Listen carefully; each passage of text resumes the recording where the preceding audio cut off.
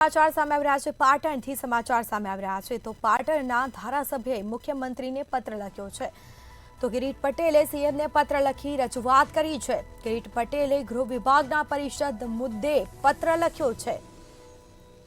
આ સાથે ગૃહ વિભાગના ભરતીના પરિપત્રને લઈને સમસ્યાઓ સર્જાશે, જેમાં ભ્રષ્ટ અધિકારીઓને લીધે સારા કર્મચારીઓને પણ નુકસાન થશે તેવો પત્રમાં ઉલ્લેખ કરવામાં આવ્યો છે। પરિપત્રને હાલ મોકૂફ રાખવા ધારાસભ્યએ સીએમને પત્ર લખ્યો છે।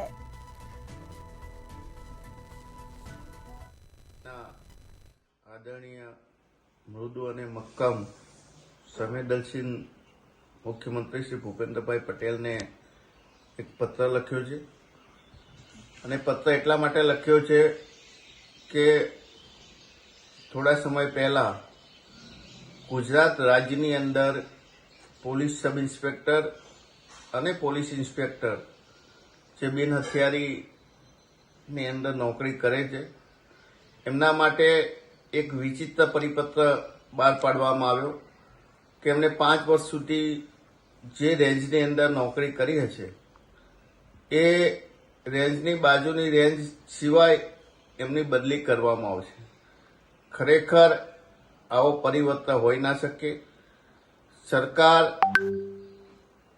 એ મને લાગે છે કે પાડાના વાંકે પખાલીને ડામ એવી વાત કરી રહી છે।